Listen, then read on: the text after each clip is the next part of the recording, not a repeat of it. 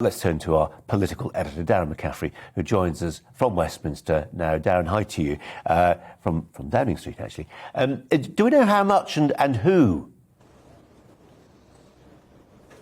We don't, actually. We don't even know if it's 20 individuals. There were 20 fines, though it is possible that some people may have been fined more than once if they attended lots of different parties, and we believe there were lots of different parties inside Number 10 at the time. In terms of who they are, it is likely, we think, that they are more likely kind of civil servants at a more junior level. The government have made it clear that they would let us know if the Prime Minister had received a fine, so we don't think he's been involved in this initial batch of fixed penalty notices.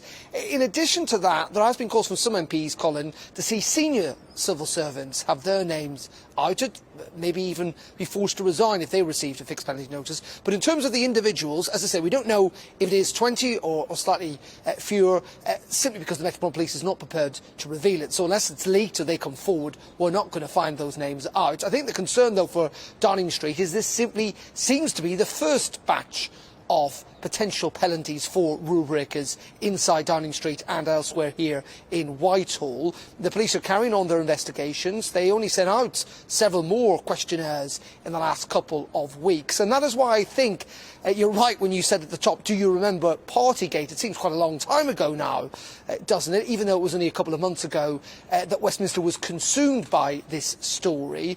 But there is still danger for the Prime Minister, not least of all, as I say, because we are expecting the police to hand out more fines. If the Prime Minister was to receive one, the opposition and some of his own MPs have been clear they think that would be a resigning matter in itself. And there are questions as well, Colin, about whether Boris Johnson has misled Parliament in what he said. Do you remember back in December, he essentially said there were no parties and that all the guidance was followed.